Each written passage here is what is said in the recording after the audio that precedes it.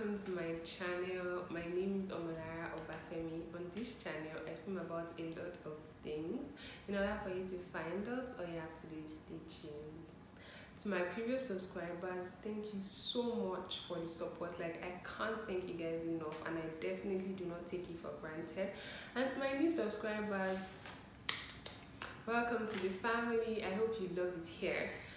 If you are here and you are yet to subscribe, what are you doing? Click that subscribe button. So today, I am going to be sharing my relocation story, the delays, the way it went down, and the testimony. Yes, because it was a lot. If you want to hear the gist and also thank God on my behalf, all you have to do is just stay right there. See you in the video.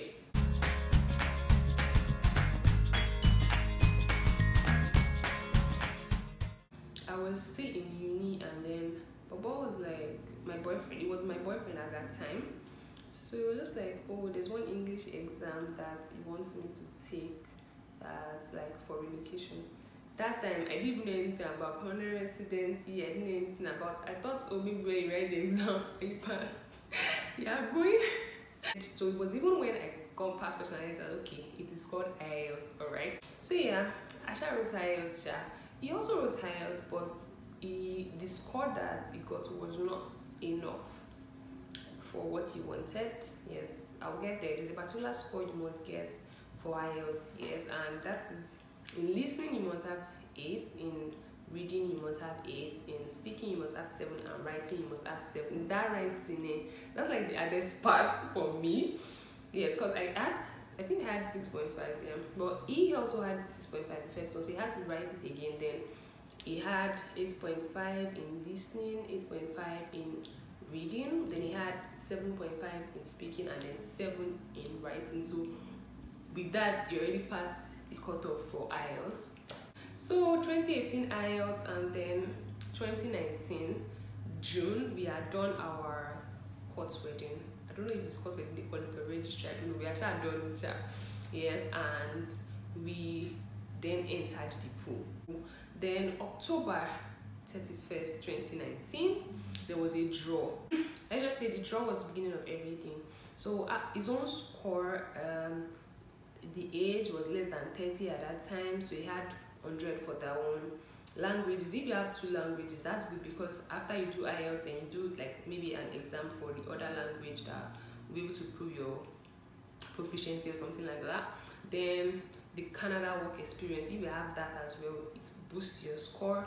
Then masters also boost your score, and Bobo had 2 masters. He had one in UK and then one in Nigeria. Then if you have foreign work experience anywhere, it actually boosts your score. And I think he had from Saudi, yeah, so that also added to the score. Then if you have a sibling in Canada, either a citizen or permanent resident, that also adds to your score. Yes. Then Canadian education are more scored now. Like if you're schooled in Canada, then if like you have employment over there, let's say a company files for it to come, that's really going to boost your score like really high. So after they added everything, I think for me too, they added my, maybe I think uni or something, I'm not sure, and then my IELTS, so that also had, but it will had a few points here. And the age one, if you're lesser than 30, it's boost more. But if you're like, the more you, how would I put it, the more you're older than 30, the more it goes. Yeah. So yeah, he had 482 or something. Yes, and the cutoff was 475. So then they sent us invitation to apply, which was 2019. Then we had to submit proof of funds, police reports. Yes, then, and the police report, we had done it down before they asked for it, because we knew that they were going to ask for it. So, and he had to do police reports in UK, since he also schooled in UK, and that one would have taken a longer process. We did not know, so we just had to do everything beforehand. And they had their, like, I know the Nigerian police report, I think it expires within a year or something, I'm not sure. So we did it down, police reports, the one for UK that I did. Then we had academic checks. He had academic checks from UK. then Nigeria, reference letter from the banks, place of work, yeah, and you have to like follow IRCC, their procedure and all of that, sha. So yeah, and optional bank statements. We paid I think 250 Canadian dollars. It would have increased way by now, yeah, because this was 2019. Still 2019 November, they sent Schedule A form. So that form, it is like your history in finance or something like that. Like there must not be any tiny gap. You have to make sure every year in your life you have the record. They asked for biometrics. That's in 2019. And we did that. Biometrics is valid for 10 years, so we did that. In January 2020 now, they requested for Schedule A again. Like they sent an email saying that we had some gaps, so we should check it. So January, February, they asked us to keep checking Schedule A. March 2020, they sent us PPR, passport request, like meaning jackpot time now. So let's say everything started October, November, December, January, February, and March. So that's about 6 months here. And we did medicals. I forgot that. We did medicals in October. We did upfront medicals. So when they asked for it, it was easy for us to just send it in, because booking for medicals is another story on its own. So 2020, we were excited. Hey, we're going to Canada. And then Baba was like, oh, let's leave in April 2020. That after my birthday is April 19, so like April 30th we'll leave, we'll submit our passport, and like by then so I've come back now, then we'll leave April 2020. I didn't know that COVID was just looking at us. That was slowly what happened, what's going on. So yeah, we traveled to Lagos. We wanted to submit our passports. We went all the way from Ife to Lagos VFF. We got there. Then this man just carried the mic and said, if you had to submit your passport for Canada, something, we are currently not accepting passports for Canada visa. And meaning we should go back home. That day, I was like, are you joking? Like, and I was pregnant already then. So I was like, we traveled all the way from Ife to Lagos just to be told that we should go back home. Like, I know something anything. When we go back home, because like my mom now, she was in Lagos, so we were at her house. So then we'll be fine. It was like, yes, that maybe when we go back to Ife, they'll tell us like, I'm not coming next week. That's how the wait started though. Next week. April passed. Next week, May passed, and my EDD was for July, so I was just hoping that, hey God, let these people just remove this thing so we can submit passport fast and then, because according to what I read, I know that if you don't have your child, there's no way you can travel with a child. And if you don't have your child and you say, oh, maybe you want to give birth in Nigeria, then travel and come back, it's not possible, because permanent residency, anything that happens, you have to let them know. So June, we heard that, what's it called, Ghana, their own VFS was open, because at that time everywhere had locked in Nigeria, there was lockdown, everything, so all the offices were closed and all of that. So yeah, June, we heard that VFS Ghana was open, so we decided to send our passports to Ghana. Okay, we sent our passport to Ghana, but my dear Adrian was like, you guys, I am coming very soon. So by the time our passports came back with visa in them, we were just looking at it. It was like prep to show, oh, this is how your visa is going to be when it comes. So it was like sample, you could not use it. It was going to expire in October, so we could not use it. And that was just July, and we had given birth. So Bobo said, oh, we have to let them know. So he emailed them the same day I gave birth to let them know that I have a child now and would like to add him to the application.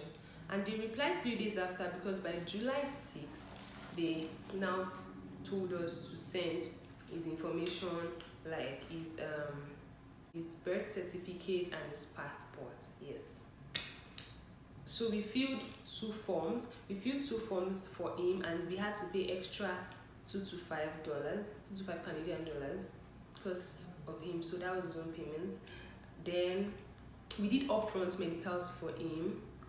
God, like Adrian's passport was so small. Even the medicals, like those people were like they had not handled a small baby like that. So they didn't even do much on him. Just check his back, check some things, and they were like could go. That medicals that we did not end up using it though. Let's continue.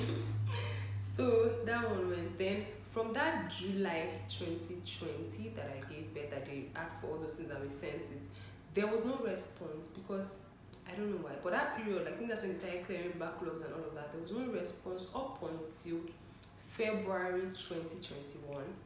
So February 2021, the reason why they even sent us an email was because Bobo messaged, he sent an email to them like saying, oh, he has like no update yet, what's going on and everything. So they asked for the same thing again, a just birth certificate and his passport. So we sent that. March 4, 2021, they asked for medicals for all of us. And at that time, everybody was doing medicals back to back. So when we tried to book for medicals, we didn't get a slot until April. And we had to use a different hospital because the one we used to use at Ikeja was filled up until May or so. Then we had to use one at VI for the first time, and that one had space. So we went to do our medicals April 1st, 2021, I remember. So after medicals, we now started another wait again.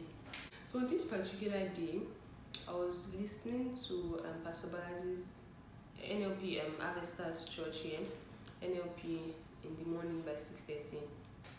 So that day, I was listening to it and the pastor was like that email that you're expecting, that just close your eyes, shout and imagine that you got it, like, so we should react to it.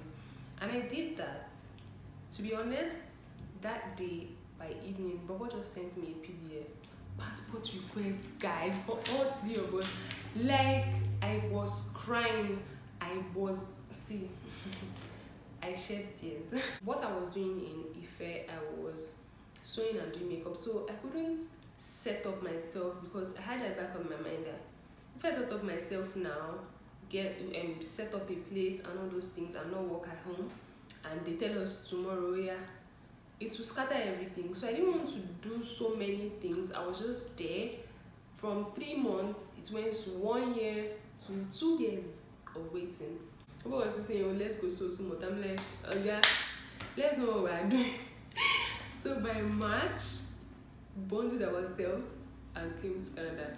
And do you know that even with the fact that we had it, I was still scared. Because I remember in December, there was this one that this time I put Nigeria on red list. I was really, hey God, is this another long wait? After I've done medicals and medical discounting, and you know medical is going to expire in April. So I was like, hey, okay. You know how God has answered your prayers and the devil is just trying to make you doubt God. Yeah. So that was it for me. But we got immigration.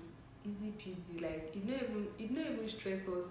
It didn't even open our bags. It didn't, like, there was not too much stress. The journey was seamless. Adrian was cool. It was not cranky on the plane.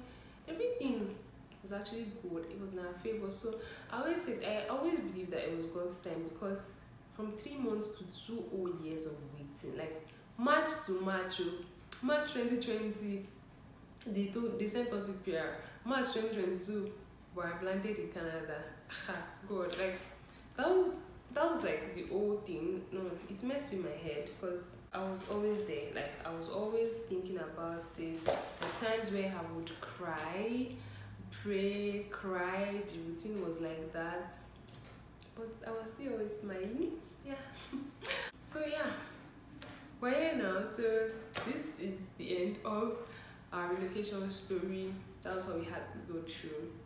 Thank you for watching this video. I hope you enjoyed this video, and if you're trusting God for something, I just want to tell you that you should hang in there. He's going to do it at his own time, and trust me, that is the best time.